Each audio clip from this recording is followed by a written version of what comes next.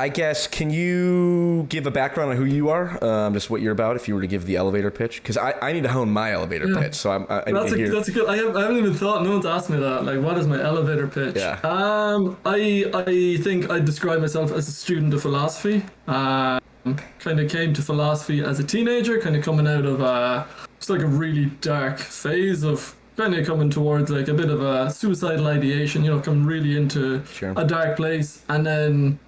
I've been playing video games all the time, and I just couldn't see the way. And this is where like Jordan Peterson would have been really helpful for me at this time of my life, because I knew it felt like there was a plateau that I couldn't cross. I always picture it as like the Mines of Moria, you know, like the big staircases and there's gaps in it. I'm like, I've got to jump to that, and there's no way I can make it. The chasm is too big. Yeah. And I don't have like, you know, Aragorn to toss me or whatever. Yeah. So I'm just like, okay, I can't cross that chasm, so I'm kind of fucked. And yeah, and then I was like, okay, there's nothing I can do. But I kind of got over the most dramatic point, and I was like, I'm just going to start reading. So I just started reading like Three Musketeers and just these old like fantasy kind of like larger than life kind of stories, and that kind of got me on the path. And then there was a book around the house, The Stranger by Albert Camus, and I was like, oh, this is amazing. So read that, and then that was my first introduction to philosophy, and very much like living philosophy, very much like, you know, there's a line on the first page of that book, the only serious philosophical problem is suicide. Yes. And through Camus I found Nietzsche, and through Nietzsche it was just that was me, game over. I was just like, oh, this is paradise. And then so I went off to study philosophy in university. After that, kind of went traveling about and was writing a book, and on a meandering path over the years of just writing articles, making online courses, and then ended up making videos on YouTube. And now that's kind of my mainstay, where I found people that resonate with similar thing around philosophy and kind of bringing that to life a bit. And I'm just like, oh, this is class. This is amazing. This is so exciting. So, well, and it's I think you have a similar, sounds like you have a similar story to me in the path, in that I like my philosophical journey. I was in college, and I was so tempting to try and pick apart that. I'll leave it. We'll come back to temptation is, that's fair. Deconstruct it perhaps. But in like freshman year of college, I was miserable because I had left high school, and you know, high school was fun to a degree. I had friends, and then I went off to college and was kind of on my own. And I had that suicidal ideation, and it was that. And I kind of got over it, found some people, and then like I think my sophomore or junior year, the Kathy Newman interview of Peterson's came out, and I was like, oh, this guy's a genius. I was a big Milton Friedman fan. I don't know if you know Milton Friedman, libertarian. Only, he was kind of like a Ben Shapiro-esque like debater, you know, like, oh my God, this guy's pure rational. Like, he has an answer to everything. It's all rational. It's all rationally constructed. Yeah. Like, this guy's a genius. And so I think when I watched some of Peterson's work, I'm like, oh, this guy has all these rational answers together. But then when he got into the more philosophical, you know, like talking about like the psychology of suicide and stuff like that, that's like, okay, now this resonates like in a very deep way, in a way that I like. He's putting words to things that I had not put into words to anybody, let alone myself. And so and so that started me down the journey of like, okay, now I'm watching these debates with him and Sam Harris, who I like Sam Harris a lot, and so now I was at the one of those in Dublin, actually. Yeah. You were there? Oh, that's awesome. It was the second one, so I think they did Toronto first, and then it was Douglas Murray was Douglas Murray in Dublin. Yeah, like, wow, that's dang. I've seen Peterson talk live, but that would be so cool to see the that was debate in person. Yeah, those are, I've seen those multiple times. That's like, to me, that's like the forefront of my what would you say, my perception of like the philosophical divide, like that materialist rationalist versus that sort of, I don't know, pragmatist kind of. And I was looking around the room, and I was like, there's like 8,000 people here. Like I'm just keeping up with the edge of this, and this is like so important, so central to what I think about. And I'm looking around the room, and I'm like, is everyone on this wave? Yeah. I'm like, this is crazy that there's this many people looking at this. Right. Because this is and I am that gives me, when I see the views, like 3 million views of like, why are there 3 million people watching Sam Harris and Jordan talk about metaphysics and Kant and all this stuff? It's like, that gives me optimism of, I call it intellectual herd immunity of like, you know, we've got so much, it's like the age of spin, so much information overload, you know, no one knows what to do. But now that you have things like podcasts, or you have things like a public debate between two intellectuals that millions of people can watch and kind of come away with information from, those, not everyone's going to watch those debates, but like, for example, you and I, the people that do, well, we can come away with it, kind of put things together, and then in our day-to-day lives or whatever, at work or with friends, it's not like we're referencing that debate in particular, but the insights that come from it, it's like, well, what does it mean to talk about language? How does this affect people's psychology and whatnot? And so that's I want to do a video on intellectual herd immunity, kind of how do we get out of this sort of age of spin kind of world we're in. It's up to individuals in their networks, in their business groups or their families or their friends to kind of be, what would you say, a model for imitation or whatever, in certain regards, in the same way that, I have friends who, like, when it comes to anything finance related or anything like sports related, like, they're the expert I go to, right? Because I trust them. And so, like, some people need to be the political or the philosophical one, or when it gets to the more abstract type stuff, like, what's going on with this or whatever. And so that's something I've always thought. Well, I think you have to be careful about, you could still end up in echo chambers there. And Sure. There was something interesting. Have you come across Daniel Schmachtenberger? Yes, I love Schmack. I've only, from what I've seen, I like him a lot. I think I saw his interview with Eric Weinstein, I believe it was. And I think he was on... That's what I would consider. I've listened to... There was a point last year where I think I listened to every interview he'd done, and that stands out to me as the best. Even though at the start of the interview he's like, I'm so tired, like, I've had basics, so I'm not going to be at my... And then I was like, this is cutting edge, because Weinstein was actually pushing back, was clever enough to trust and trusting enough in his own intellect to be like, I see gaps here, or I think, what do you think about this? And was pushing him further, and I was like, this is incredible. Yeah, the idea that stuck out with me the most when I think of Schmachtenberger, I think of that, it's what he calls it, like a closed loop economy that simulates progress or growth or something to that effect, where it's like, we need to get to, because Weinstein talks about the embedded growth obligation, right? The idea that in a capitalist society, like, the stock market always goes up, always goes up, always goes up, right? There's an implication that growth is, expanding the market, and that's historically been the trend, but that's not necessarily how things will play out, especially if we take US or Western level consumption rates and apply it across the world. It's like, that's not necessarily sustainable. And so Schmachtenberger's idea is like, well, we need to get to a closed loop resource cycle that simulates the feeling of growth, right? Like the feeling of progress without necessarily, expanding production or something like that. And that's always been interesting to me when I think of Schmachtenberger. Yeah, I love that, like, people are trying to think of different possibilities. Right, what's like, the template for society going forward, right? Yeah, because if we have to make a major change, then really we want to start thinking, we want people thinking at the very edge of that. Right. But I was bringing up Schmachtenberger because he talks a lot about like,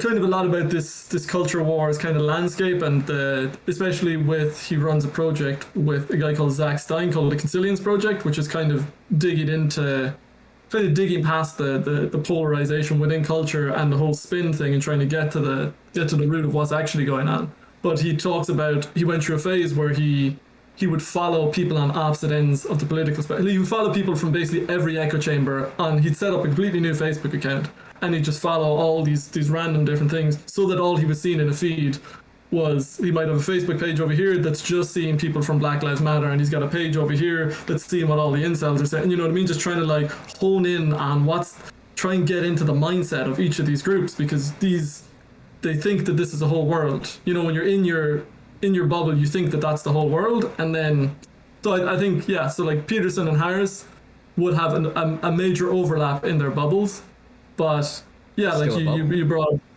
it can still be a bubble, so it's almost like you got to develop this Socratic mistrust of what everyone is saying, or do you know what I mean? Like, you got to have this radical like doubt of like, I don't know, I really don't know. And trying to go out there and convince yourself of that, gathering evidence for the fact that you don't know, because people can say, I probably did this when I was younger, that, the only thing I know is that I don't know anything. Yeah, right. And you're just like, you're fucking bullshitter. Cliche. You're just like, you're saying that because it's a nice pose, but it's to actually go out there and kind of have that connect at a heart level, to connect that, like, that feeling, because you need to switch it from being like, obviously I'm in an echo chamber, to like, oh shit, I'm in an echo chamber. Right. To kind of that thing of like, wow. So let me ask you, because this is like a moral conundrum I find myself in often, which is to that point, it's like, okay, if there's one thing I'm certain of, it's that I know virtually nothing. And the things that I do know are in sort of like an echo chamber. I know the Peterson Sam Harris divide. I understand sort of the Peterson postmodernist, the Peterson atheist divide, whatever, however you want to characterize it. But my issue, and I struggle with this in like personal life, is like when is it right for me to say,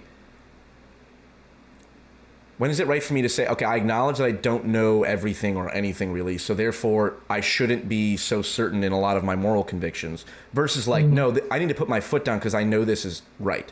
Because like the activist kind of mentality is like, on whatever side, conservative or liberal, if we're going to divide it that way, it's like, we need to have humility, but we also need to act in the world. Like, there are systems that are corrupt. Yes. So, as a 25-year-old, let's say, privileged male, which is factual, even though I think that language gets hijacked and beaten in a way that becomes not useful. But let's say, that's true, which it is.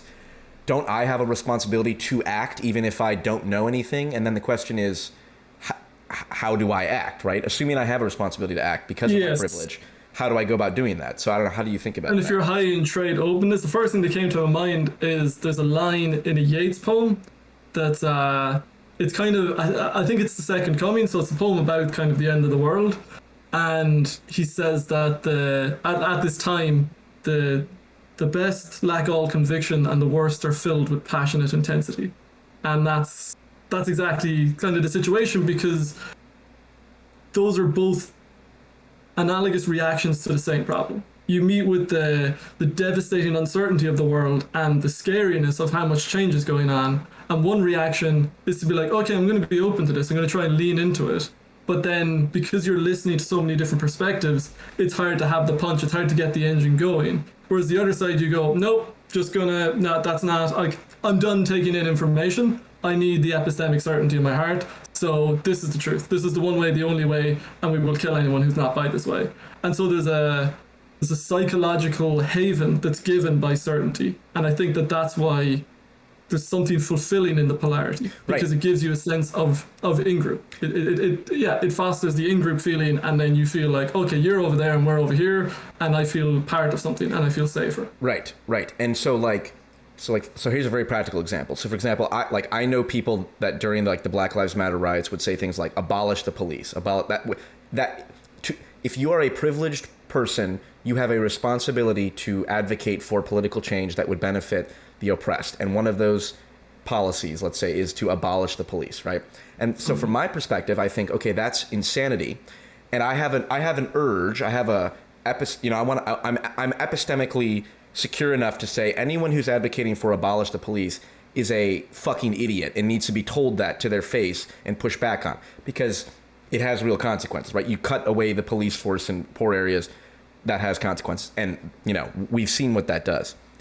However,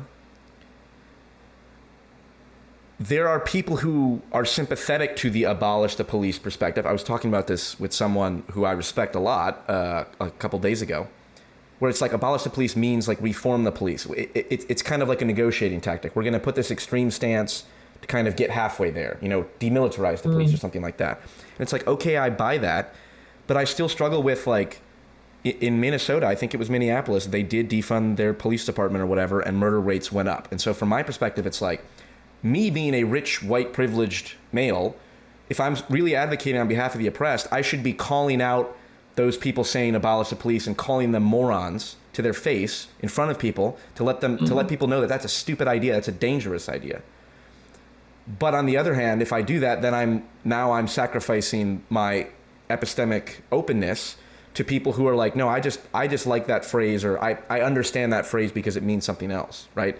And so I don't know. Do you have any thoughts on maybe not that? Yeah, not that example in particular. It doesn't have to be abolish. No, but it's just a hard concept.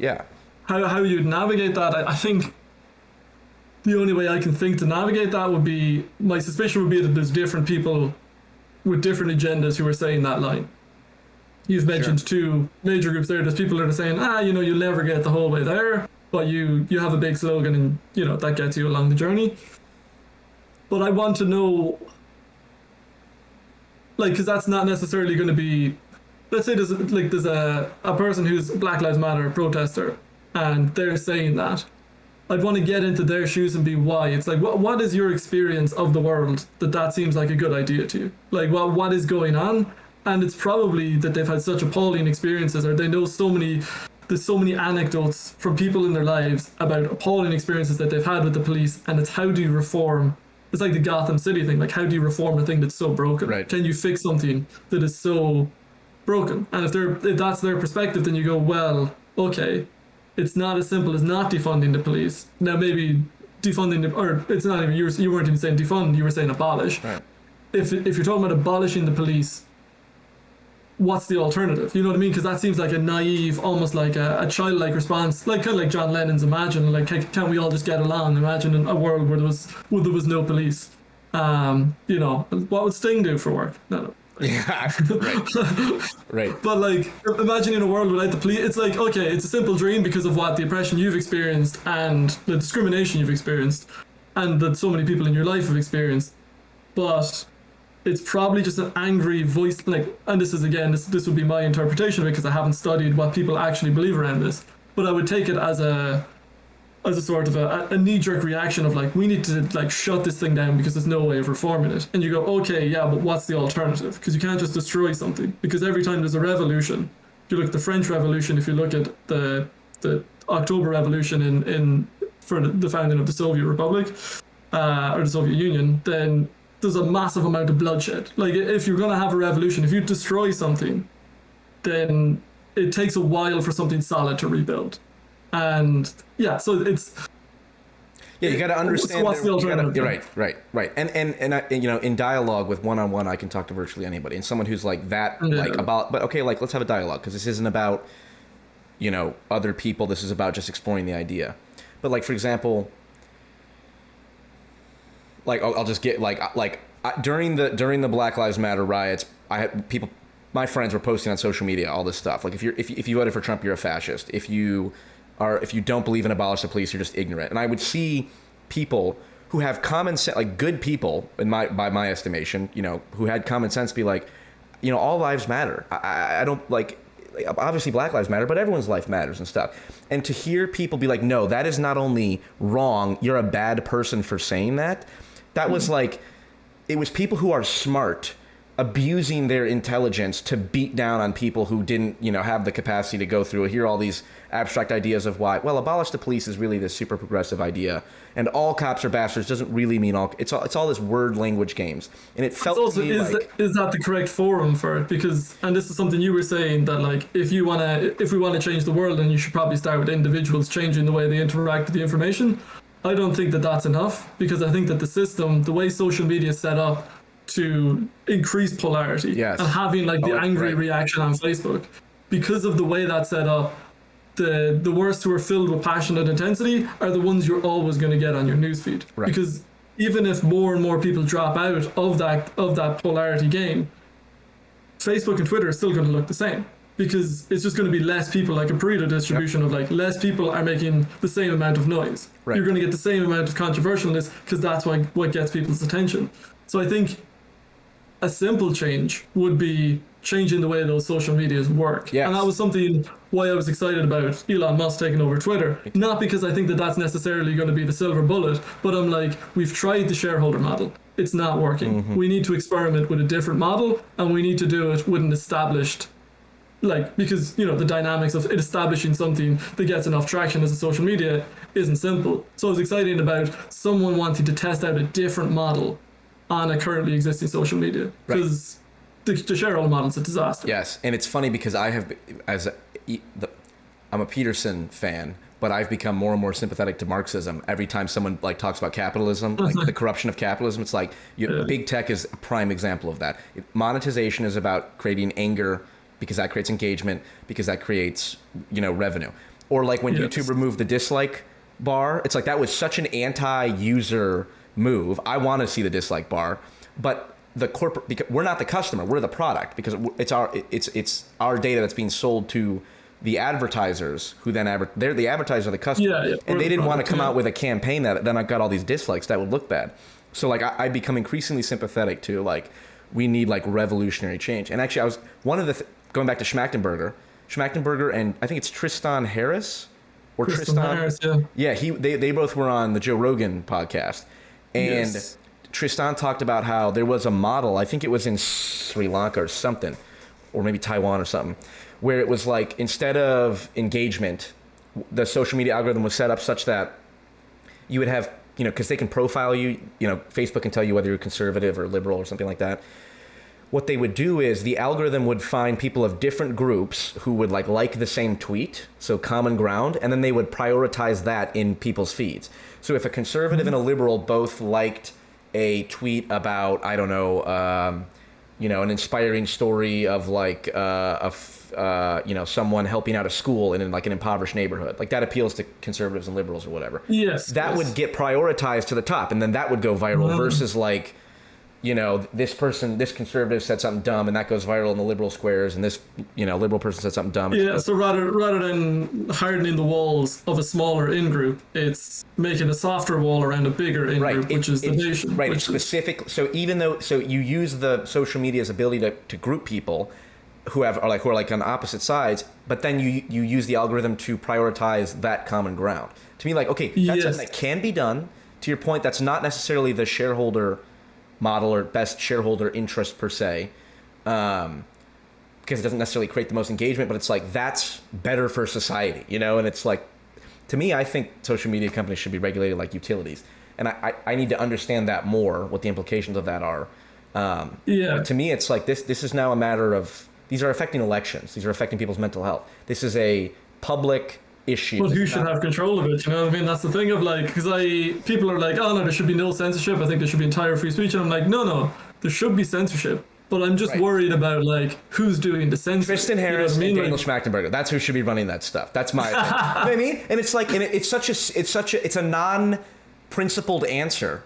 But I do think it's the best answer. It's like, if Tristan Harris and Schmachtenberger had control of Facebook and Twitter, or were the czars of social media, like the head of the utility department, I just think that would be better. Now, do I have a philosophical explanation for all that? It's like, well, I do. Well, I think the thing with Tristan Harris is that he was an insider who had power in Google, and he set up the kind of the ethical. He created, kind of crafted an ethical niche within Google, and then went off and set up the Center for Ethical Technology or whatever, which is what made the Social Dilemma then. So he's someone that I would trust, and Schmachtenberger as well. So I trust him because he's proven that he can be within the system and hold that power and turn it towards something good. Now, whether it would be the same when he's got an absolute sort of power, who knows until you've been tested that way. But definitely, I can definitely see the appeal. And Schmachtenberger's mind works at a level of complexity and with an ability to communicate that I've just seen in no one else. So I'm just like, the two of these, I could see that. It's definitely better. And I've heard people talk about how, I think Tristan Harris talking about how we're lucky it's Mark Zuckerberg, which I thought was a really interesting perspective because you don't hear it that much. He's just like, Mark is actually a good guy, quite conscientious, and he's quite careful about what he's doing, but his hands are tied by the system. His hands are tied by the shareholder model. So it's kind of, it's not, the problem isn't Mark Zuckerberg or Jeff Bezos or Elon Musk. The problem is the incentive structures, the incentive structure of the system. But then someone like Thomas Sowell would say, well, you can't just throw that out. If you're going to make what we have is a system of society that works better than anything in history or anywhere else in the world. Now, you might argue that, and you might say that China's model, especially with the internet, is working better. But you can't just change all of that drastically overnight because you don't know what the downstream effects will be. So second and third order effects, as Daniel Schmachtenberger would say. So obviously we can't make radical changes, but what can we do? So it's trying to balance that thing between that conflict of visions between the constrained and unconstrained view, as Thomas Sowell would talk about it, and you're like, okay, but we do need to make change, but then we also need to more or less leave the system intact. So where's the tension between that? And that's the challenge. And that's, once you get to that level of complexity, you're like, oh my God, how are we going to solve anything? Yeah, we need, my opinion, we need glorious revolution as Marx intended, except Eric Weinstein leading the charge, and then Schmachtenberger and Tristan Harris. See, again, I think you end up with, and this is something with Jordan Peterson that I think he unfairly goes after the Marxists over I was going to say, I wanted to get into your criticism of Peterson and so this is a point that I actually don't mention in the video, but he talks about how every time there's been a Marxist revolution somewhere in the world, it's been appallingly bad, and he puts the onus of that on Marxism. And yet Peterson is someone who would be a massive upholder of like Enlightenment values, and the Enlightenment revolution was the French Revolution, which was not way worse, It's a genocide. but like, yeah, it was just like heads were rolling out, like you did not know. Like it was interesting. I read a biography of Napoleon, and you're just like, oh, now the Jacobins, and now all those people who were in power last week, their heads are getting chopped off, and now it's the other side, now their heads are getting chopped. You couldn't have actually picked a side in 1789, 1790, and know for sure that you'd be alive in 10 years. It was kind of like a roll of the dice, and Napoleon came close to getting executed. So it was just, and then it took Napoleon to come into power to kind of stabilize it, and then for him to be kind of knocked out in 1815. So it's not just like the Marxist revolutions, it's revolution itself. Sure. Like you're wiping the slate clean, and this is the thing, like the god Shiva in the Indian tradition, in the Hindu tradition, of like Shiva's the god of fire, it's the god of destruction, but it's kind of the god of the liminal, like the place between creations. So it's one of the trinity of the godhead, and yeah, he dances creation, but his dance is fire, his dance is destruction. And that's the thing of like revolution is Shiva, because you destroy what's there, but out of that something new is born. But like you don't want to do revolution lightly, but you do need to have the option of revolution on the table. And the example, as an American, it's like people always say, like, the founding fathers, it was a revolution, and and it's like, and it worked, arguably, to some degree it worked, and so it did. It was amazingly fortunate how well that one worked out, and I guess it's because it's cut off. Like France was nestled in the middle of Europe, so there was a lot of pressure coming on it from the outside that caused it to be so messy. Like you couldn't have a revolution in America now and have it be that neat, because it's not this colony at the edge of the world. We're all so interconnected. You have corporations and markets all tied together. But it's also like, let's say you had an island somewhere in the Pacific that was to have a revolution. We'll say it's at the edge of the map. It's a colony of no consequence. You could potentially have a revolution that worked quite smoothly there. Right. But with the powers, like with everything, America being in one of the centers of the world, a revolution in America would be nothing but a disaster for the entire world. But that doesn't mean it would never be necessary. It just means that, like, think twice before you do it, because it's going to be fucking messy. It's going to ruin a lot of people's lives, but it might make it better for like 3 generations down the line. Like, it still would have been better by, I was going to say by the 1840s, but actually you had the Civil War in the 1860s. Yeah, sure. So like, at what point was it better to be America than to have been a British colony is a good question. Right. Yeah, I think I've always liked the idea. We need a second constitutional convention. That's what we need. We need a hard reset. We need the Constitution was set up and it's worked. It's a pretty good document. It's got some axioms enshrined in it, and we need some updates in the modern era. Now, how that goes about happening is it going to happen purely democratically? It's going to happen sort of half democratically, half populist movement behind it. It's like, who knows? But because this is where like Roman history is really interesting to study, because you look at there's great parallels with the time just before Caesar. So we go before Caesar, before Sulla. Fall of the Republic, rise of the Empire. Yeah, so we're talking like as the Republic is kind of coming down, because you're seeing this concentration of power in fewer and fewer hands. And then you get like the Gracchi, who are like lead this populist revolution or this populist movement to try and like for redistribution. And then you're just like, oh no, but the powers that be are too enshrined. And then you get a populist leader like Sulla, and later this is the model that Marius and then Caesar and then Pompey would have been before Caesar, but really Caesar and then Augustus, they're really pulling on the same strings of like, we're giving Rome back to the people, because Rome had been concentrated in the hands of the powerful, but now I'm a dictator who's giving back to the people. So the populist thing ends up being undemocratic or unrepublican in this weird way, because over time the republic leads to the concentration of wealth in fewer and fewer hands. Right. Or that's the dynamics of the system. Right. So it's the redistribution working with a civilization, and revolution is the reset button, unless you can find a redistribution that doesn't. Yeah, the redistribution is a tough thing, but I think it would be a good way if you could do a redistribution that was random or something, that just like randomly took money from people and that like just randomly reallocated the system, rather than it being like, oh no, this group is giving to this group. It's just like, no, there needs to be redistribution because the pyramid's growing top heavy. And this is one of the early insights with Peterson that I loved, that he was just like, no, if the top of the pyramid gets too heavy, then the people at the bottom there's no incentive for them to not tip the structure. Gini So you need coefficient, to, inequality causes crime and revolt eventually, which is like that's literally the historical reality.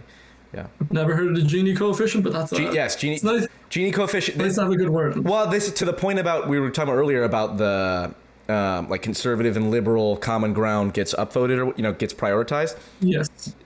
Jordan Peterson talks about Gini coefficient is a measure of inequality. It's just straight up you do it for a given location or a given like geography, and it's a measure of like the wealthiest minus the poorest, some mathematical formula. That's the Gini coefficient. And he's like, you need to get this through your heads. Poverty does not cause crime. Inequality causes crime. Relative poverty causes crime.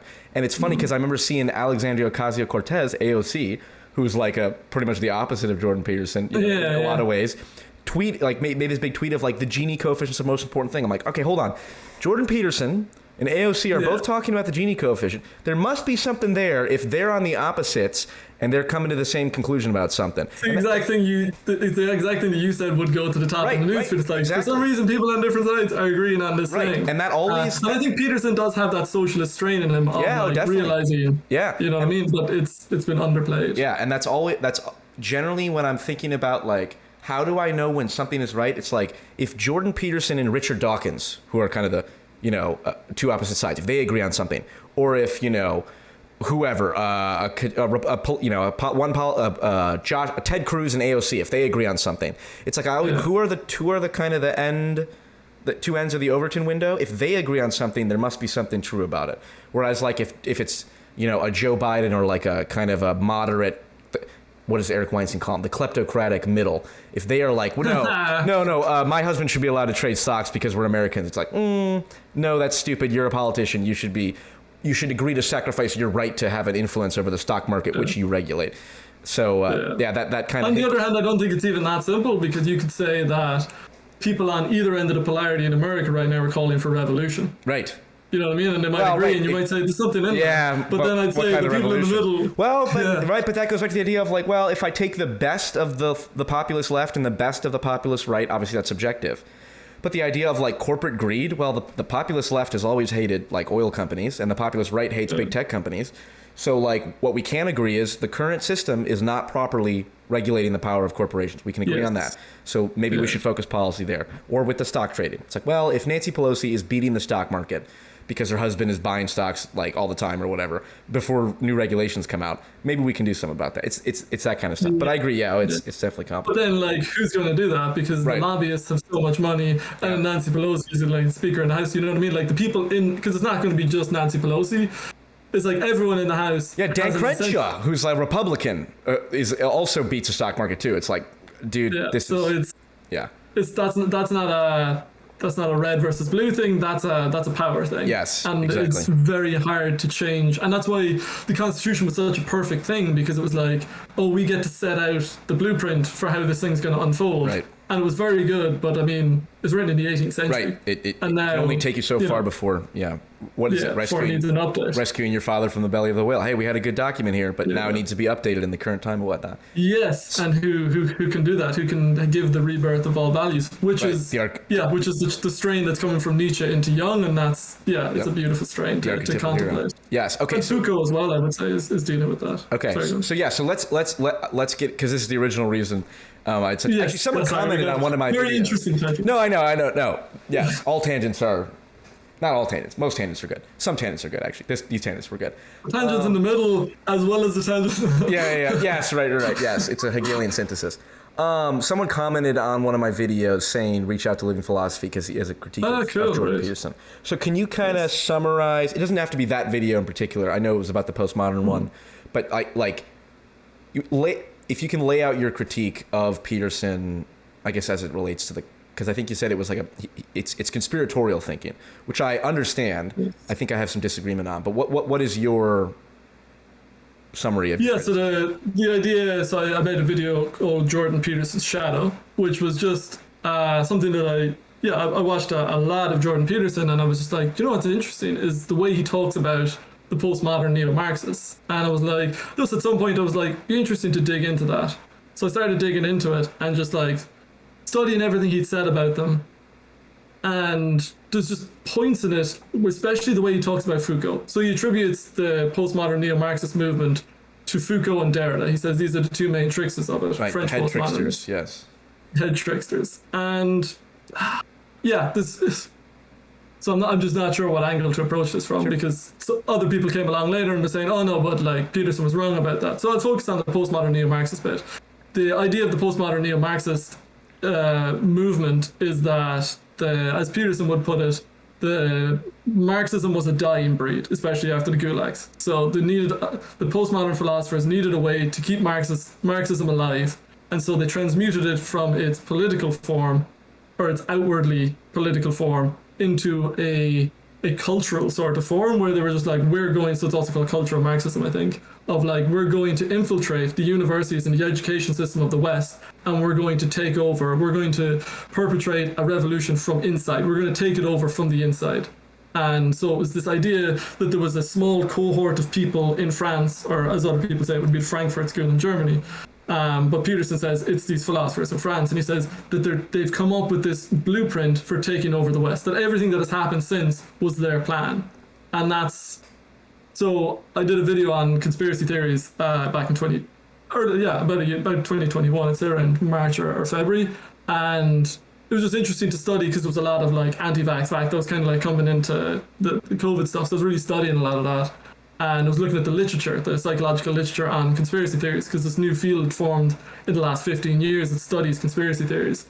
And I think the definition given by a guy, Gertzel, which is the commonly used definition in the field, is that a conspiracy is a plot by a secret group, a small group of people that has massive implications for society. Sure. So conspiracies aren't always wrong, but it's just, when you hear about a small group of people who secretly came up with a plot that that is massively controlling your world, then you should think about it. You should be like, okay, this might be very, very dodgy thinking. There might be something there, but it might also just be, it should immediately set off your alarm bells, and you should probably doubt that that is true until, I just think when there's a conspiracy, when there's something with that level, you should very much put the burden of evidence on the people to prove that that's the case. And so do you think Peterson is wrong about the conspiracy, so to speak? He's wrong about Foucault and Derrida. So his reading of Foucault is just way off the map. It's just like he thinks of Foucault as talking about power in a Hobbesian sense of this top-down hierarchical domination thing of taking over, but Foucault, his idea of power was actually the exact opposite, was this revolutionizing of the idea of power and seeing power as this grassroots thing. It starts from interactions between me and you, between you and your parents, me and my parents, and then all of these little force relations between these relationships build up, and you get what he calls strategies forming together from these tactics. So you get groups, interest groups, we'll say, you get the neighborhood watch, and then you get them writing to the local member of parliament. So you get bigger and bigger things, and then it turns into legislation, but it starts from these small movements.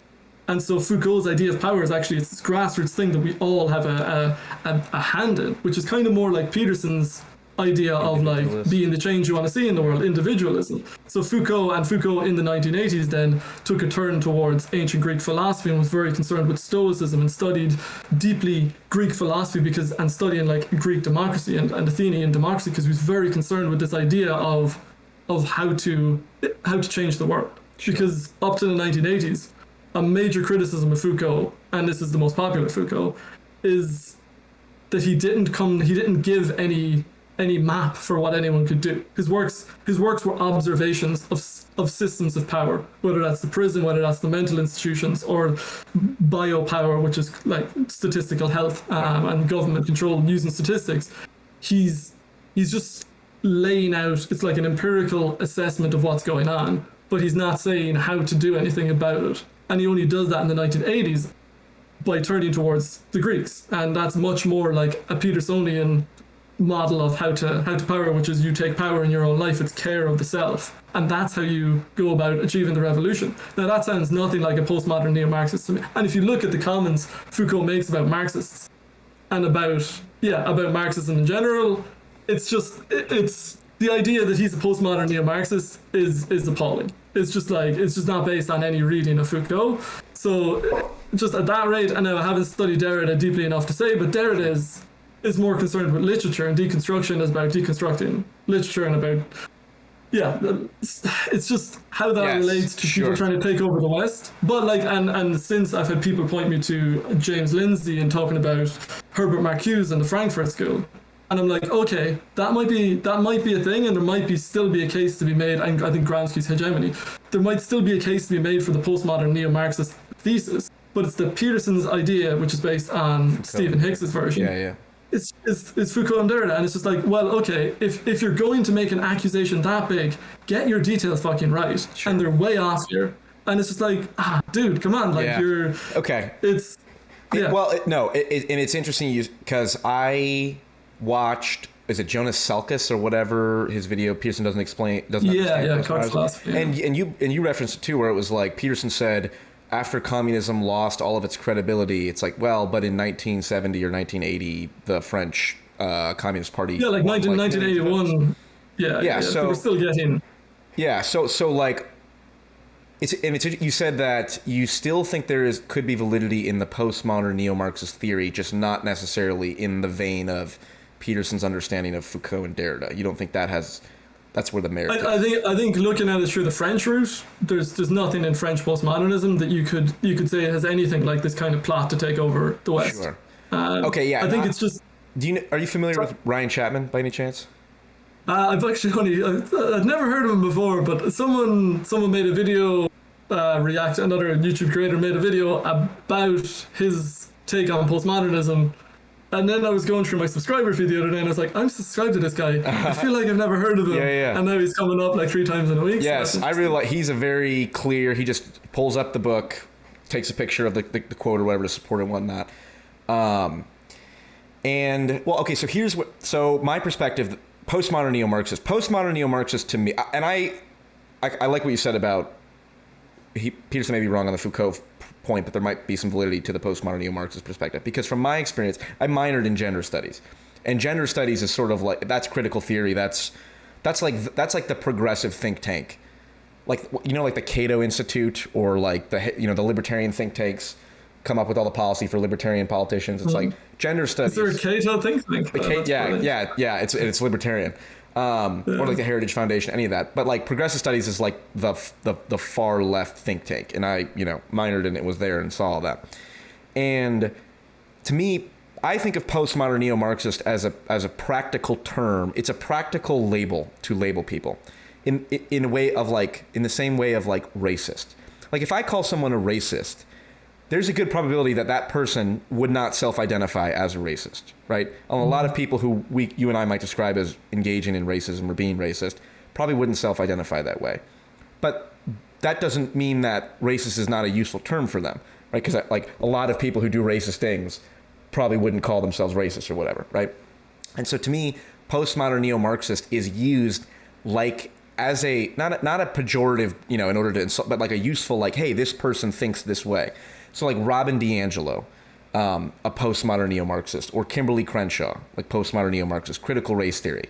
To me, critical race theory, in the Kimberly Crenshaw sense, like intersectionality, she specifically references postmodernism. I think she says critical race theory is an attempt to fuse postmodern politics with postmodernism with contemporary politics, right? So she immediately draws on postmodernism there.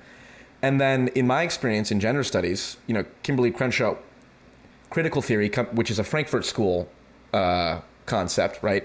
That's being merged with postmodernism in this kind of Kimberly Crenshaw sense. Like, to me, it seems like it's a very good descriptor of something like critical race theory, which is very deep in the culture right now in the West, which is it's infusing postmodernism with this critical theory view of, well, intersectionality is the idea that white males, there's many different dimensions of identity, and they're all dimensions of power. So there's a dominant and subordinate dimension. So for example, in racial identity, white is dominant and then non-white is subordinate.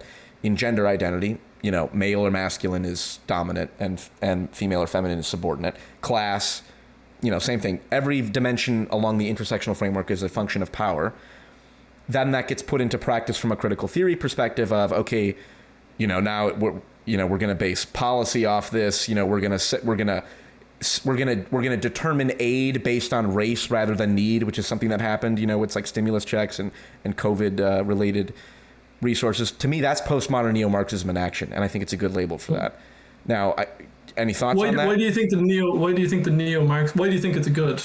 So the postmodern aspect in like critical race theory is clear, and then the critical race theory aspect, that or the critical theory aspect, it's like that's straight out of Frankfurt School. Marx kind of. I get the critical theory, but why not call it postmodern critical theory rather than postmodern? Well, it's the neo-Marxist. Yeah, and this is, I had a conversation with a gentleman named James Fodor, who's kind of like a atheist, kind of interested in philosophy from like an atheist perspective. And we talked about this. It's like, and I said, if Peterson had used the word critical theorist or postmodern critical theorist, would that be as much of a problem? And he said, no, not really. And this is a purely anti-intellectual, pragmatist YouTuber move of like, well, at that point, if we're debating postmodern critical theorist versus postmodern neo-Marxist, to me, that's a distinction without a difference. It's like, we're at a certain point, our language, we can get super precise in how these words have been used historically. It's kind of the same idea with Peterson getting criticized with how he uses the word religion. I strongly disagree. I think in this case, like the neo-Marxist part is where the conspiracy comes in, because you're saying that this is a transmutation of the Marxist revolution into a cultural revolution. So it's a taking over of the culture. And it also means that Peterson would have to drop the spiel about the gulags and about, that whole thing of like the disaster of the 20th century. And these people are the inheritors of that disaster, and that's what they want to bring to us. So you'd have to drop that spiel, which is a big boogeyman in the room of like, ooh, the Red Scare and all that. Sure. Which is a deep place in American psyche. So if you drop the neo-Marxism, it actually makes a big difference, because it eliminates that conspiracy theory thing. Sure. And but okay. Then it's, go ahead. So I was going to say that, like, because the idea of the conspiracy is that there's a small group of people that blueprinted this. That's whereas it's not like, I don't think, like, because obviously no one could disagree with you that there's something going on and that there's a movement, and BLM is just like one version of it, but there's a lot you could say what's going on with the transgender. They call themselves Marxist, right? The founders of BLM said we have a Marxist framework. But that doesn't mean that they're trying to. That means that they're not neo-Marxists. Then they're Marxists. Okay, because the neo-Marxism. Sure. The neo-Marxism term specifically means cultural Marxism, meaning let's infiltrate universities, take over the system. Yes, but that's exactly what Black Lives Matter does.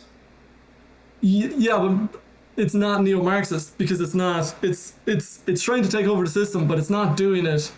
It's not like Herbert Marcuse's and Gramsci's blueprint master plan of like Marxism is now untenable, which is what Peterson says. Marxism became untenable, so it had to be transmuted into another form, which was neo-Marxism, which is sleight of hand Marxism, where we're like, we're not actually Marxists. Whereas the Black Lives Matter people are saying openly, we're Marxists. It's not right. It's not a secret, but it's not neo-Marxist. Sure. Okay. So a couple things. So first off, on the conspiracy side, I want to say I agree with you that I think it is wrong to think that there's a small group of people who are like getting together and saying these are our goals for takeover, at least in the postmodern sense. Now, with Klaus Schwab and the World Economic Forum, that's a different story. I think it's less philosophical and just more economic and whatever. We can get into that. Let's not get into that. But I was going to say, let's not do that separately. Once I formulated my thoughts better. But I do think like ideologies can serve as organizing, as mechanisms of organized action.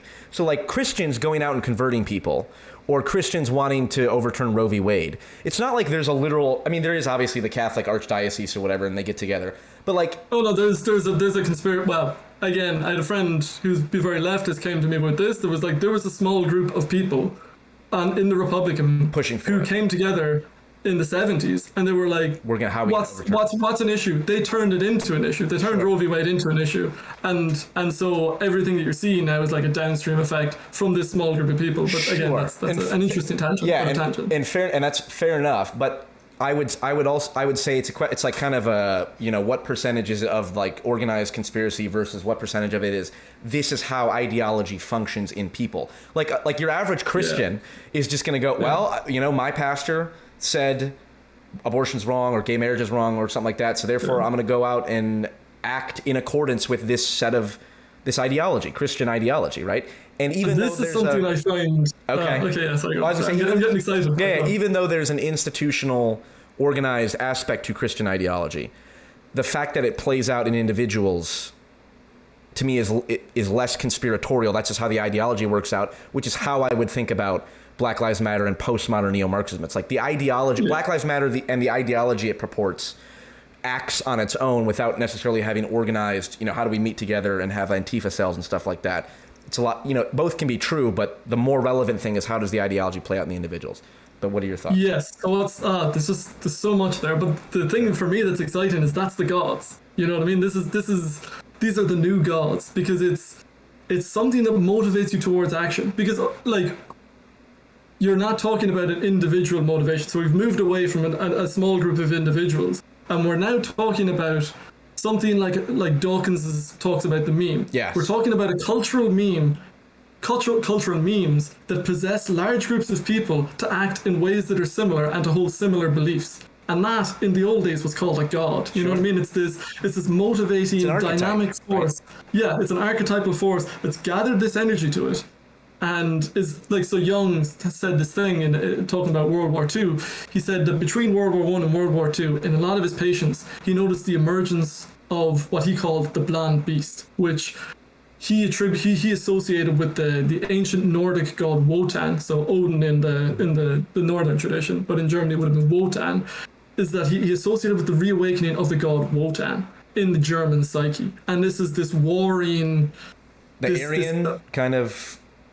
So not necessarily Aryan, because I mean Aryan is such everything from Shiva to, okay, if you actually think about what Aryan means, Indo-Aryans goes from Ireland to India. So Got it. But like it's this ancient pagan Germanic god reawakening and being like driving the Germans in a certain direction, and you can see this merging between the occultic kind of new age with this German nationalism. Yeah, Hitler was very big into like the form. occultic symbolism and all that stuff. Crazy, and it's because there was a godlike energy driving the Germans during World War II, during the Nazi period. And what I see now is ideology is that thing of it's gods, but we haven't given names to them. Yes. It's just these dynamic forces that have awoken in the unconscious. Call them memes, call them gods, but they're driving people. Constellated archetypes, right? They're archetypes that have been activated. And that's way more exciting to me than the idea of a few taking orders, and we're gonna people are following orders. But then a few people that are so clever, like some Bond villain who's like maneuvered all the dominoes in a certain way. It's like that's not how it works. Life is too messy. Right. But for a meme, that's not so hard, because memes are like very viral. They spread through a culture, and we've got different memes collecting into different groups, hypercharged by algorithms. It's an absolutely fascinating landscape to observe. Yeah, the propagation of memes is exponential with Twitter or social media. One meme can propagate and constellate an archetype in all kinds of ways. Yes. It's amazing. And so, but that leads us to have a completely different aspect towards the situation than this postmodern neo-Marxist spiel of like, I think than anything that's out there, because we've lost the language of the gods. We've lost the language of calling these large movements these things, because we now can't consciously go to the altar of, I don't know, what we call it, Athena, Artemis, whatever you want to call the goddess that's driving the social justice movement, or maybe it's a god. I would call that religion. I would say postmodern neo-Marxism is a religion, far more than an ideology, more than anything else. And that's how I conceptualize. It's constellated that archetype of like the phoenix. Well, let's burn everything down, and from the ashes something new arises. Like that's a deep archetypal notion in people that this ideology has captivated and activated in people. Yeah, that's interesting. Yeah, so that's how I conceptualize it. Yeah, we connect it with that Shiva archetype more than the Phoenix, because the Phoenix is kind of a neutral thing, whereas Shiva is this dancing that is the destruction, but the recreation of something new. Right. But so is it fair to say that's why I think the postmodern neo-Marxist label is useful, because it's like calling it Calvinism or something, or Western Protestant. It's a specific term, but it still refers to a psychological reality. So I just think and stuff.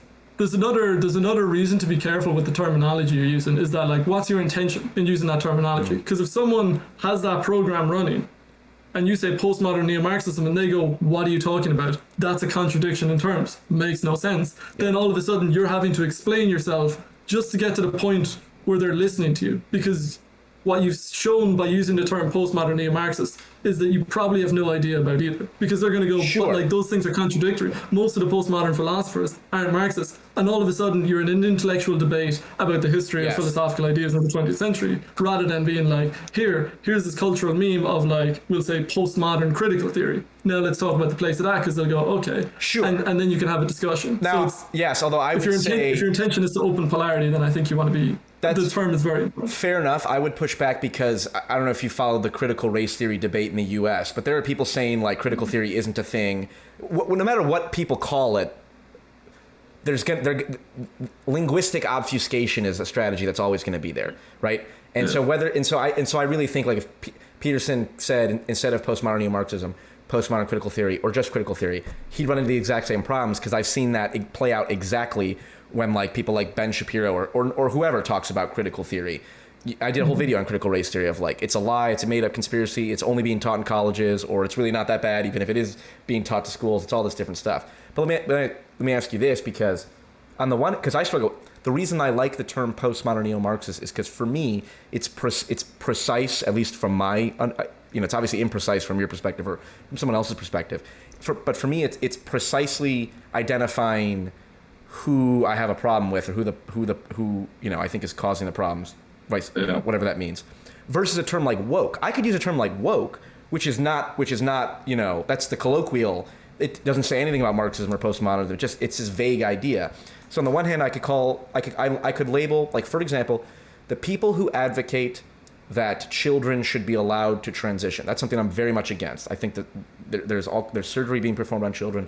It's horrific. We can go into it or whatever. I'm against that. Like, I'm a priori against that. So I could call those people doing that woke, or I could call those people doing that postmodern neo-Marx, or anything in between in principle, right? And my problem is if I call them woke, that also encapsulates like people who I actually like Bo Burnham is kind of like woke a little bit, or even I was listening to Andrew Schultz on Joe Rogan, and Andrew Schultz is like a anti-PC, but he can act a little woke or whatever. Everyone acts woke, and people would accuse me of being woke. It's very vague. And then you don't run into that problem of like, well, but now we're getting into an intellectual debate of postmodern neo-Marxist. I can differentiate, like Bernie Sanders is not a postmodern neo-Marxist. Bernie Sanders is a classic But is he socialist. woke? He's not really woke either. I think a little bit. He bends the knee a little bit to the woke activist. Yeah, because he's a progressive, but like right. This is what I mean. Is I actually think woke is a better. Now I think the territory of language has shifted, so woke is kind of just a pejorative thing used by people. Agreed. That are outside. That's the other idea. Yeah, words not, start to lose value because of how they just get used in. Like there's no clean word like Christian, because again the movement isn't.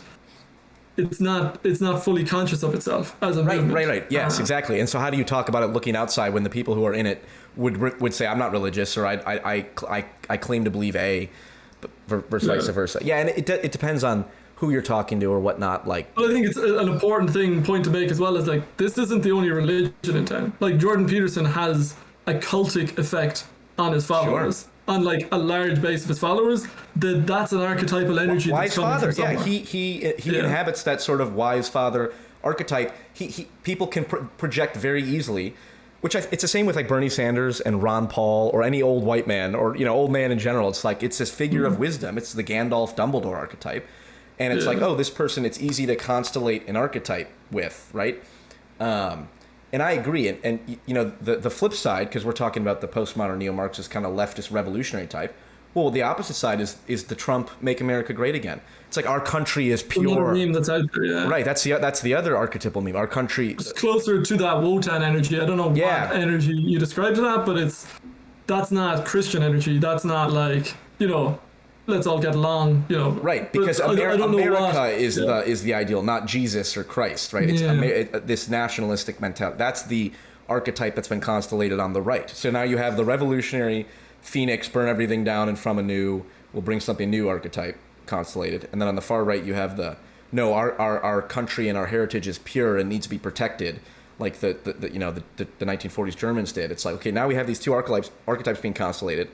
What happens when they become too energized? They go back and forth, back and forth, back and forth, And then And I one think of them Peterson wins is out. actually, And that's yeah, I think Peterson is another energy in there, because I think it overlaps with whatever energy Trump is drumming up, because there's a divide in the Petersonian following, and I think the subreddit is a great place to look at this, where That there's fucking toxic hellhole, you mean? The JP subreddit? Yes, that's miserable. I thought about it in the past, like about a year ago, I was seriously thinking about setting up a Peterson subreddit for people who just want to talk about Nietzsche, want to talk about Jung, Yeah, who want to talk about the inspirations. Which I want to plug. There are two: Confronting Chaos and Maps of Meaning, and I post some of videos to those. Oh, are there? So Yeah. So I hate the Jordan Okay. Peterson subreddit, but there are two that are exactly like that. So Well, this is interesting because I Basically, think it's that thing of the following of there's a divide in the following of Peterson, and there's the people who are following it, like, but it's actually the divide is reflective of a divide in Peterson himself, and I think he's become more like the Jordan Peterson subreddit and less like Maps of Meaning as time has gone on. And this is something stupid tweets, Elliot Page and these. Yes. So I don't know if you saw models. Ken Wilber was on Rebel Wisdom last week or 2 weeks ago talking about Peterson. Are you aware of Ken Wilber? He's No. founder of Integral Theory. Oh, I Absolutely. think I saw on one of your, I think on your video on your channel. I made a 4 quadrants video. Yes, on top. that one. What's It's his name? Ken Wilber? Ken Wilber. I'm gonna And look have you looked at Rebel Wisdom? Yes, I'm Great familiar with channel. Rebel Wisdom. Yeah.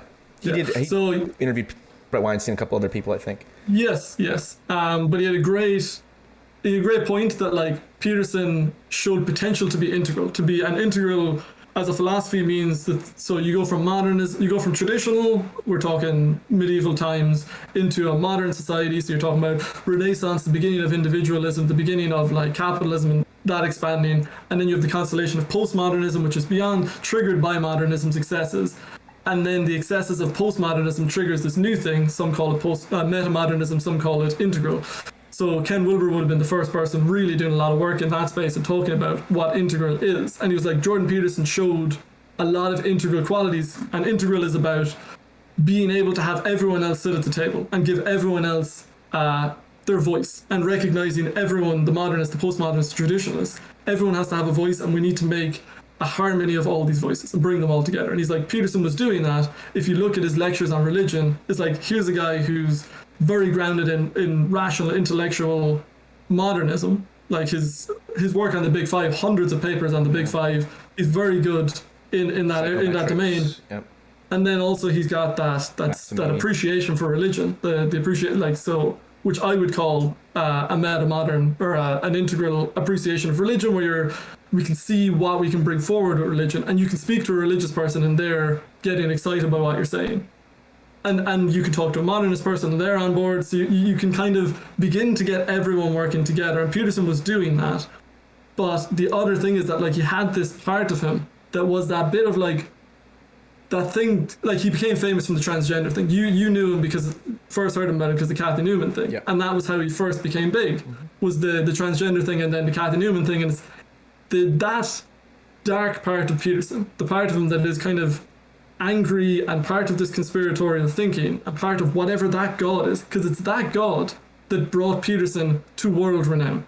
It's that source of archetypal energy that if you want to see where it is, go on the Jordan Peterson subreddit and you will feel that energy shooting at you like a furnace. You can feel that archetypal energy overpowering you, and you just don't get it. But then you go deeper into Peterson and you discover that integral side, and you're like, oh, this guy's giving The me Maps some of like, Meaning real lectures. life. That's like Peterson, Incredible. pure, like great stuff. And then the political stuff when he's tweeting, it's like, yeah, that's that dark energy. That's especially in the platform, like Twitter. We were talking about earlier, like emphasizes that dark energy type stuff. So you put Peterson, who's got a lot of, I think, anger, bitterness, repressed anger, whatever, into a platform that accentuates that, and then you get I agree, the Peterson, the worst version of Peterson. Yeah, and it's such a shame because like I've read Maps of Meaning, and that's just like, it's just a brilliant mind who's doing something that the other, like I've read a lot of Jungians, and he's doing something new, and I don't think Maps of Meaning is appreciated enough as a book and what he's done with it.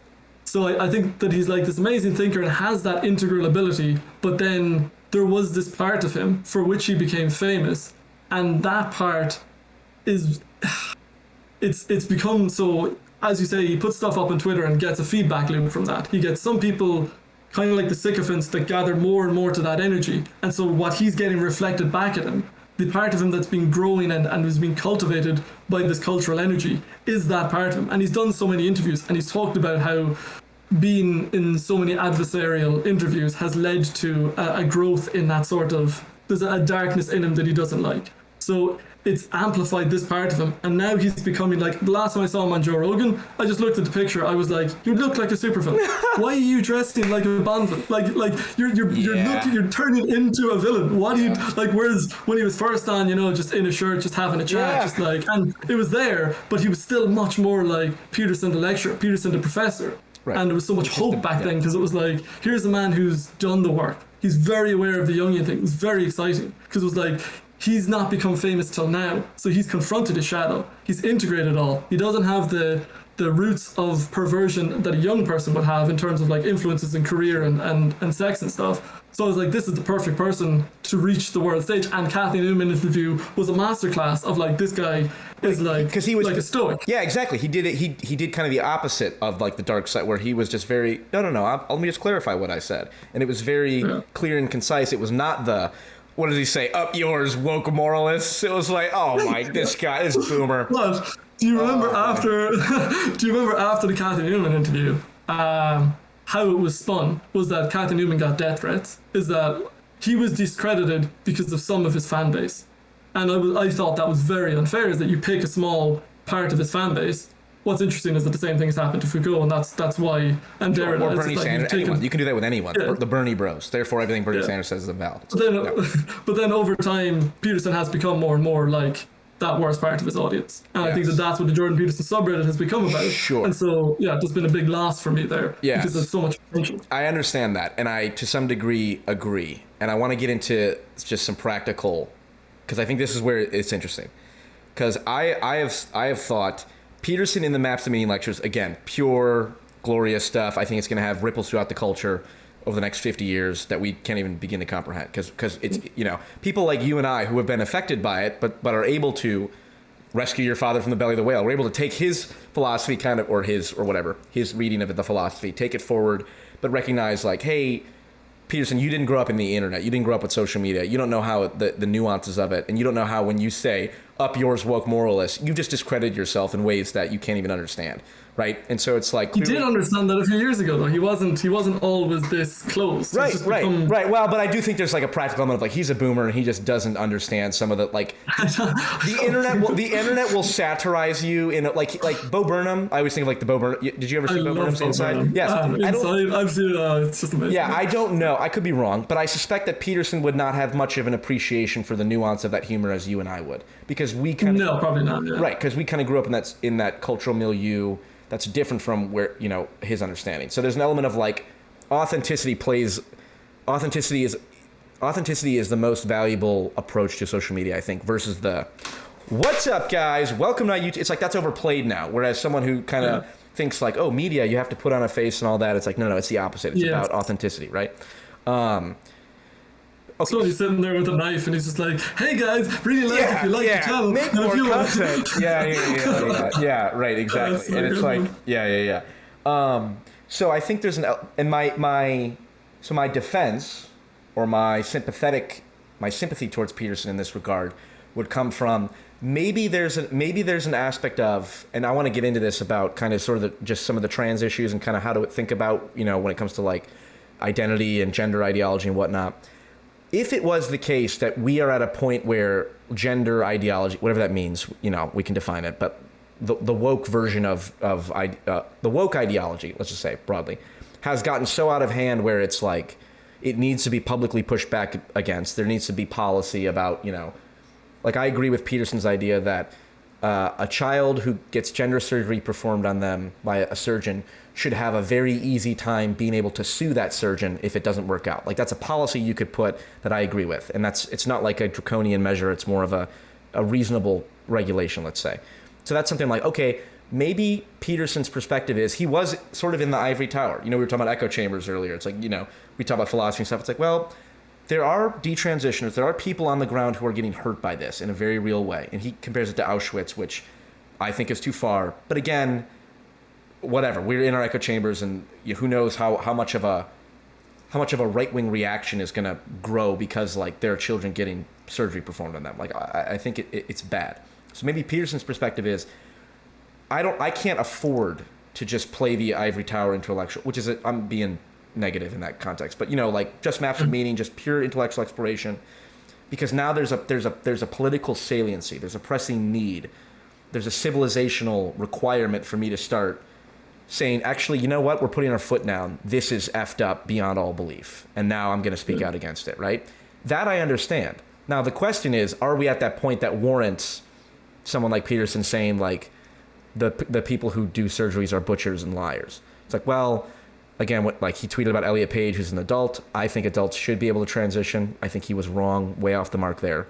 And I think it actually discredits his valid points about children undergoing surgery. It's like the best argument, I think, is adults can do what they want, but a 14-year-old child, like that's abuse, in my opinion, which we don't have to go into this, but like it all ties into the whole French intellectuals signing the petition about, age of consent. It's like, it's interesting that, if gender is a social construct, well, age is also a social construct. So we're getting into these weird territories, and we can go into that if we want. But I guess what are your, and you don't have to necessarily make comments on like wokeism or ideology in particular, although I'd be curious if you have a perspective on, if it goes too far or whatever your conception is. But like, what are you sympathetic to that idea that if we were at a point where it was bad enough, then Peterson would be in the right for kind of taking a more pressing, breaking out of the ivory tower and taking a more political stance? Because that's how I think about it. Yeah, it's interesting because you think of like someone like Henry David Thoreau, who was a philosopher and quite aloof in his living choices with Walden, but on the other hand was helping to sneak slaves over the border into Canada because it was something that was so appalling that he was like, gotta let this happen, or can't let that happen. And on the other hand, yeah, I where it gets complicated is that I don't know. I'm glad I stumped you. I feel credit for. Well, because I was just going into. Yes. I was going into the perspective of the person who on the left who's defending that and who's defending the transition in children. And then I was like, oh, but you didn't have that with slavers. And then I was going into empathizing with the perspective of slavers and being like, oh, but it's going to hurt the economy and that's going to hurt everyone. So we should have slaves. They're human anyway. You know what I mean? Like, it's of course that's a caricature because, right. Well, I'm not sure actually. I'm not actually sure how much of a caricature that is because they would have been seen as at least sub-white or sub-mass race. Yeah. So, yeah, I don't know. Like, and this is the thing. I will go into. If I flatter myself as the best lacking all conviction. And I think Peterson has fallen very much into the worst are filled with passion and intensity. Because as you say, he's just hurt his own cause by being so filled with venom because he knows he'll get a reaction from his inner circle of people that will, that aren't going to tell him when he's out of line. Because the voices telling him when he's out of line aren't going to be controversial enough. They're going to fall down. You're going to get either leftists are criticizing the shit out of him, or you're going to get people who are rallying around his call, and that's all he's got to see. But I could also see how like there are a lot of people there are a lot of detransitioners, for example, who are like, I'm glad Peterson's speaking out, and it's kind of like, yo, if I was Peterson and there were thousands of people saying like, hey, you are speaking out against an absolute atrocity that's going on right now, which and maybe the question is simply whether or not we're at that point. And we can discuss that, but it's like if we agree that we're at that point, I believe we're approaching that or we're there, then it's kind of like that. I don't think it's him just getting an echo chamber of his supporters. It's him hearing from the people who are been harmed by the ideology he's speaking out against. And he's not really hearing from the thousands of people that are having amazing experiences and that are like, I feel like myself. Right. He's not hearing. Yes. You know what I mean? Because if you're hearing more and more anecdotal, this is the trouble with anecdotal evidence, is that like, yeah, you can have these cases coming to you, and on certain matters, I would treat that as enough for me to form an opinion. Because I don't think he would have said the thing about Elliot Page had he heard, to your point, well, what about all the people that transition and are fine? Right, and I've talked to them. That are better because right. It's just not something I've studied enough to really, but while I can see the moral argument against it, again, I'm just like, I don't know. I'm still That's like fair. That's Socratic fair. with it, where I'm just like, Sure. I don't. Sure, and I don't know enough. I haven't empathized enough with the perspectives to see why they're right. arguing. And to speak of the shadow, now I really fully understand what it's like to be a postmodern neo-Marxist, Black Lives Matter advocate or whatever. I'm like, James, you're privileged. The fact that you can sit here on YouTube and make videos, it's like your privilege. It isolates you from being able to speak on moral issues, which is exactly what people would say about, hey, no. Like, for example, if I were to say I don't have an opinion on Black Lives Matter, I'm not against it per se, but I'm not for it. People would say, well, that's a result of your privilege, Paul. You're a white privileged male, and your ability to distance yourself from the oppression of black people in America is a function of your privilege, and you're essentially siding with the oppressor in that regard. It's like, and that's a rhetorical statement. That's like a powerful rhetorical statement, because what's that statement supposed? That's not just an observation. You know what I mean? Right. That's not just like, hey, this is your privilege.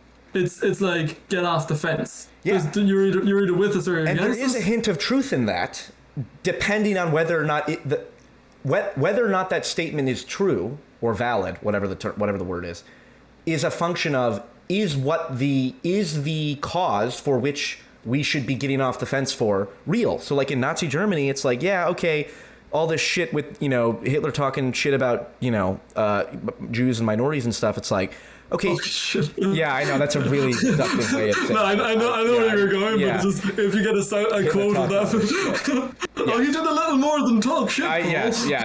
I'm always in the YouTube guidelines mode. That's why I'll say, instead of saying like Nazi, I'll say like 1940 Germany sometimes, because I just worry about that. Yeah, no, that's good. Yes, I don't talk about them enough to do that. That's fair, right? But it's like whether or not you should be allowed to sit on the fence, I think, is a function of whether or not the cause that people are saying get off the fence for is a real cause or not. So the question comes down to, it's like, well, are black people being oppressed to the degree that requires violent revolution? And I think no. I think that there are class issues and systemic reform that needs to be had at a class issue. Going back to our conversation about corporations and too much power and Bezos and all this crap. It's like I absolutely agree with a lot of that stuff, and I absolutely agree with a lot of I empathize a lot with, like, when people say, well, black people shouldn't be kneeling for the flag during national anthems. It's like, that's the whole point of the free speech, is to be able to do that. Like, that's the point. So I'm sympathetic to that. But I don't believe at all in, like, police genocide. Like, that's a myth. That's a lie. That's straight up of, like, the number of unarmed black people killed by police in a year is less than, I think, 20 or 30 in 2022, and yet that many people at least were killed during the riots. And so it's a function of social media. But I think in response to that, like, Foucault's theory of power is really helpful here, because you look at it's not just the things that happen on paper. It's like, what's your experience? Yeah. What's happening with, how does, like, power moves in much more subtle ways than just the things that crop up as a statistic. It's like, okay, but what are the energy? Because that rhetorical statement about privilege, like, that's trying to push you off the fence, but then if you're off the fence on every issue, you don't have the fucking bandwidth to deal with the amount of problems that are going on in the world. Then you're in the epistemic certainty that we were talking. Well, you need to take pure causes. It's like, well, yeah, I just want people who are, like, who have done a lot of research on a subject to get off the fence. I would really appreciate if everyone else stayed on the fence, and we have, like, the people that have actually thought about this, the people that have actually experienced this. I would like for those voices to be heard, but I think my opinion on what's going on with transgenderism or with Black lives in America, as an Irish person, as an Irish like white guy or whatever, I'm just like, and this is something interesting as well, is that you have to see, like, the globalized culture that's going on, where people in Ireland are having fights over Black Lives Matter in America, and it's just like, why? So we've become such a centralized, globalized culture that I'm fighting with you here because of something that's going on way over there. That's like a completely different cultural context. And maybe you could say there's an overlap and there's things, but it's weird how much these internet archetypes have centralized the experience, and you can feel it in the charge that people have. And I have a friend, and him and his sister, back about 5 or 6 years ago, they were constantly at loggerheads. It was really bringing a strain to their relationship, because they were on such opposite sides on basically every issue, aligning with these gods of like the Petersonian gods and the wokest gods. And it was this thing, and it's like, well, let's bring it back here. You're two Irish people sitting in a kitchen in Limerick in Ireland. You've like your grandfather was a fisherman who worried about having enough money to put food on the table. Why are you worried? Like, not why are you worrying, but like, let's put what's going on here in context, because you are not an archetypal hero on an archetypal plane. This is not a myth you're living out. You're not going to save the world with this conversation. So let's all just chill out here. Right. Recognize that there's this divine energy. Partake in it with our discussion. But at the end of the day, remember, we're brothers and sisters. And maybe that's a more universal message of like try not to get carried away with the realm of the gods, because it makes you feel important. It does. When you're having those arguments, you're like, I am fighting the moral cause of my time, and I am on the line, and you feel important. And that's meaning in an age of nihilism. That's coming out of the 19th century crisis of nihilism. God is dead. How do we get meaning? Right. Well, let's fight about like injustices. You know what I mean? It gives life a sense of meaning, and it's like, well, be careful of the divine energies, because they can possess you, and you end up with a shadow possession, like I would argue Peterson has with that thing going on. I just wrote down social media equals realm of the gods, because it does exactly that. It takes these memes, it takes these real small bits of reality, like a single video of a police shooting or an immigrant, an illegal immigrant doing something wrong. It depends on your narrative. And then it propagates that, and then it puts it in front of you, literally in front of you, like a window, and then your reality becomes the mimetic, hyper accentuated through algorithms. Your meme becomes this technological realm of the gods, where it feeds you the archetypes that you're possessed by, or the culture is being possessed before, by. In ancient times, it would have taken like a Cicero or maybe a Homer, someone who is speaking, and that's right. The battles of the gods. In your face, in your geographical area and whatnot. Yeah. But now we've gone. You need to experience that. But yeah, you can have first-hand experience of an event which is so powerful, and it gets you past the idea of this is anecdotal and this is from a point of view and possibly manipulated, to like, this is the truth. I feel it. I'm reacting that way. So. And the thing is, as you mentioned earlier about information overload, there's so much information that you can call fake news on one. But if you've had 10 things like that, you're not, if you're consuming one nugget of information a day, you can evaluate the fake news of that. You know what I mean? You could have someone tell you, oh, that was fake news, and you could maybe realign that emotional bias. But if you've got hundreds of these things coming true, and it's not just good faith actors, you got to look at Russia and China, who are like, well, let's sow some discord. Well, maybe like it's right. North Korea are doing this massively as well. Of like, let's sow discord. So you know what an AstroTurf movement is? It's like fake grassroots. Yes, it's like when Russians they scheduled a Black Lives Matter protest and a pro-police protest next to each other, and it was started by Russians. It's like and it's like, that's amazing. You just all you got to do is pump the bellows, and you get that archetypal energy going up, and you're inspiring people to take action in the real world.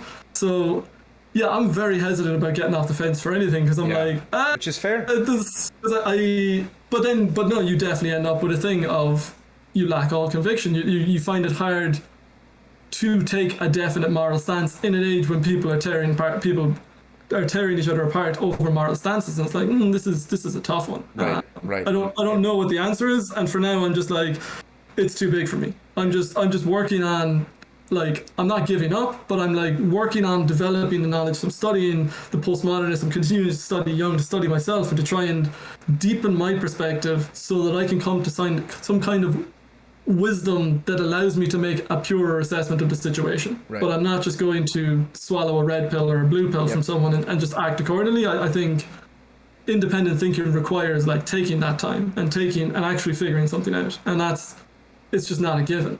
Right. As an enlightened centrist, I believe the fence is the moral middle position. The fence is the position we should be on. Yes. Yeah. Well, I mean, like, this is what I read Thomas Sowell's Conflict of Visions, and it really appealed to me because it's that thing of seeing how the system does work so well, and yes, you can change it, but be careful with how you change it. And I think that was something that resonated with me out of that, of just like, sometimes revolution is necessary, but like, careful. How it is fine. You don't need to drain the swamp. You don't need to like cancel the police or whatever. Let's just accept, like, let's lay out the problems and let's try and fix them, and like adjust. Let's change the social media algorithms, like to prioritize common agreement. Who knows? You wouldn't need a revolution if you could get that. The question is like, is a revolution necessary to get that specific action? It's like, yeah.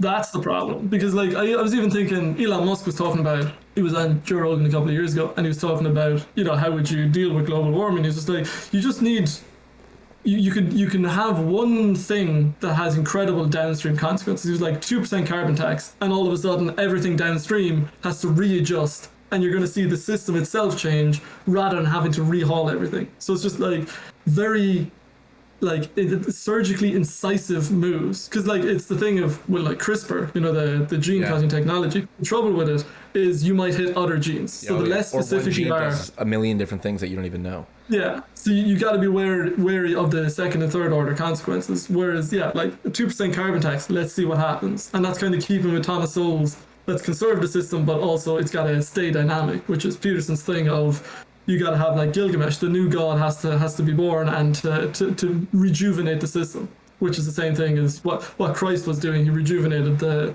Hebraic message, and I think Jung is rejuvenating the Christian message. Sure. I think having that way of rationally approaching myth while not being hijacked by it, and not having it lose relevance is like an important thing. Not stripping of its numinosity. Yeah. Right.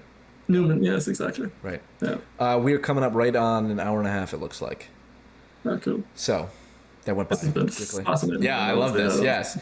Awesome. I wanted to ask one final question. See, I'm still figuring out what I'm doing with my channel. You know, like I want to do more. I want to do more of these kind of conversations. I like the video essays. They're kind of a lot of work. And I think I also want to just be able to like turn on the camera and talk. That's kind of what I'm looking forward to when I'm moving, because right now I have to set up my iPhone and I have to get all set it up, and then it blocks my screen, and then I got to turn it on and turn off and all that stuff. And I want to put a camera right there, like this webcam. I can just turn it on and just start talking with a little bit higher quality, and then go from there. Not sure what. Yeah, that's a good vision. Yeah. But I think what I was doing before was just having the camera just pop up right behind the laptop, so you can have a higher quality. Yeah, with exactly. Size, but yeah, that's what I want to do. But I think I want to. I've been doing this. I want to end with asking people, open any question, take this however you want. Are you assuming that I'm a person? Did you really just do that? Yeah, I didn't ask your pronouns either at the beginning, so I might have to take this down as well. But take this question any way you want. It's very vague. In your opinion, or in your understanding, what is the meaning of life? Oh shit! Okay, yeah. The meaning of life. See, that's such a long question to answer, because meaning is a subjective quality, right? There isn't meaning in the outside world. Like it's if you look at things from the point of view of the externals, from just the materialist side, meaning isn't really a thing, because things just move. Like it's a mechanical system, and that's how you get to something like God as the clock maker that just winded everything up at the start, and so you get that kind of perspective. So there isn't really a meaning unless you impute it then to God. Like, what was his intention in having it unfold this way? So I think there's no meaning if you look at it externally. Meaning has to be a subjective experience. So the meaning of life is kind of goofy. There's a bit of a contradiction in that. You know what I mean? I've thought about this so much over the years, and I don't know that I have. Let me. I was just thinking of that is. Tom Bilyeu asked Sam Harris this, and I think it's actually a good question. It's like, let me reframe it. If you had a friend or someone who was struggling, or had gone through suicidal ideation or something, and you had convinced themselves like, dude, there's no point in going on, there's no point in living, like what's the point, blah blah, all that stuff. I mean, how, obviously, neither of us are therapists. First off, you'd tell them go get a therapist. That's everything that you should tell someone. But like, what would you say to someone who was struggling to find meaning in life, to find meaning in their life? Not whether or not meaning is a real thing per se, but what would you tell someone who was struggling with finding meaning in their own life? Yeah, that's a much more specific question, because obviously I struggled with suicidal ideation as a teenager, but I had a friend, and she struggled with this at a much more serious level, and there was something someone said to her that she was surprised that it helped so much. But it was was just kind of like, oh, but you don't know what's going to happen. You know what I mean? It was kind of this thing of curiosity of like, well, what's going to happen next year? Not like with you, but like a curiosity about what's going to happen as time goes on, and like being around to see that. So kind of, she was surprised that it helped because it was like this curiosity thing of like, oh, but I suppose, you know, it was just something of like, oh, I'll wait and see, which ties in. I was going to say that ties in with something that Peterson was talking about. Around I think maybe Daniel Schmachtenberger makes this point that it takes 20 years to like make an adult human, but you can kill one in, you know, a second. So it's being much more careful about what you destroy than realizing it takes a lot longer to create something than it does to destroy it. So what I would say to someone, I would probably, to be honest, I would evaluate where they're at, what they're actually struggling with, and I'd probably get into the archetypal stuff with it. I'd get into their dreams, or I'd get into what's going on in your underworld. Where is the lack of meaning? And for some people, that's going to be a need for like more meaning. Like they've made their life too rigid, and so they need to be burst out of that, and they need to follow a passion. But for some people, it's that they're too open, and so they haven't followed anything enough, and what they need is structure and routine. So right. I think that answer would be very tailored to the individual. So. Right. You're probably better leaving it with the vagueness of what is the meaning of life, because which do I have? Yeah. Yeah, no, I definitely agree. He stumped me. Yeah, meaning is it is subjective, but I always think of it like. But I don't want subjective to be pejorative or dismissive in the way that Paris or Dawkins put it. Yeah. Okay. Fair enough. Because this is what I was going to say is. Our perception of colors is technically, colors don't exist in the objective world, right? It's just a perception.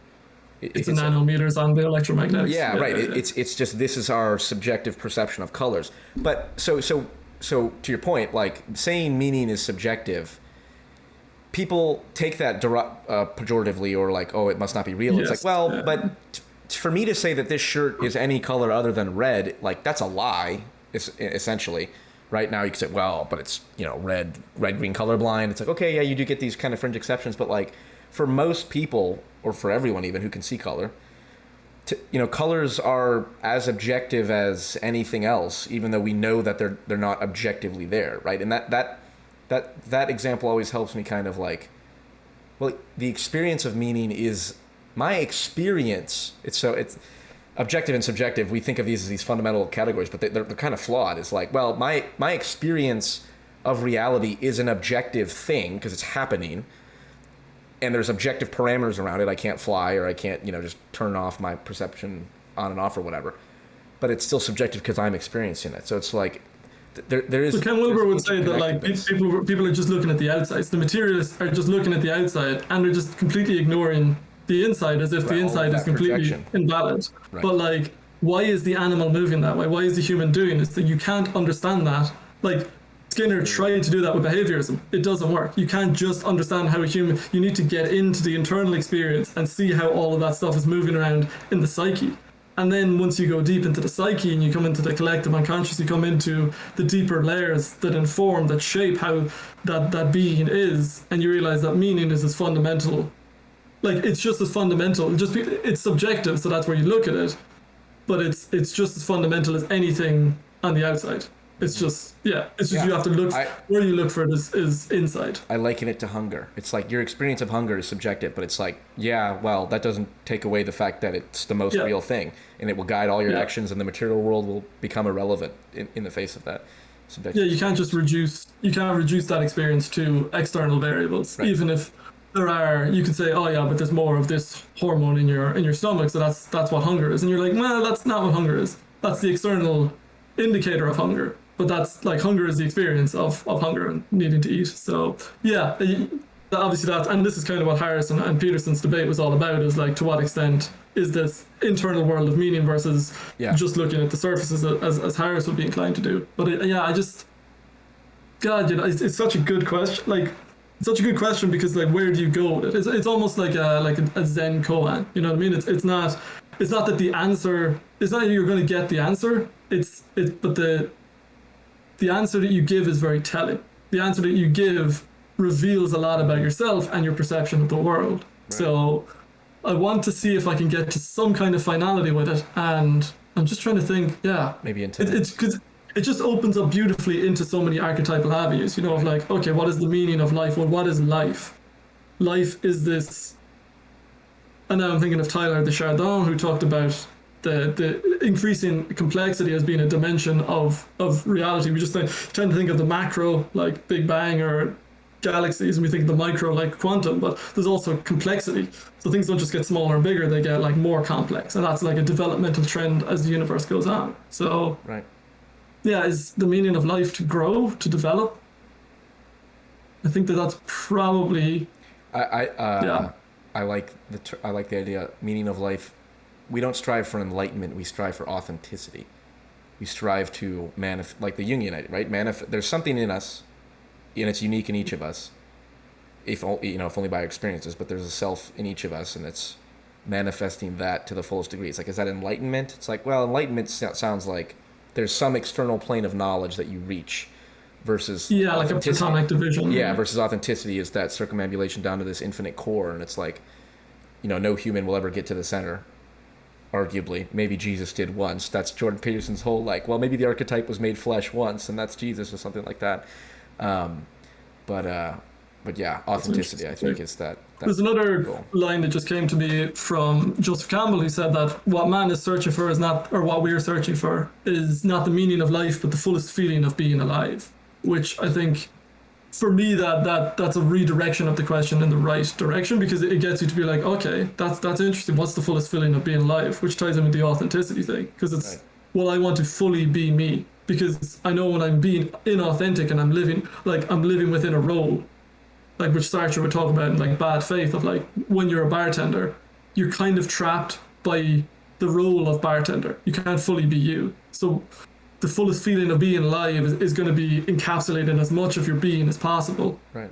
And so for me, that opens up into something that I'm working on a lot at the moment, is the fact that the individual, like, is kind of, the death of the individual needs to happen, in the sense of we need to part with this idea of the individual as a solid whole, because it's a myth, it's an illusion. Like, really, when you look inside yourself,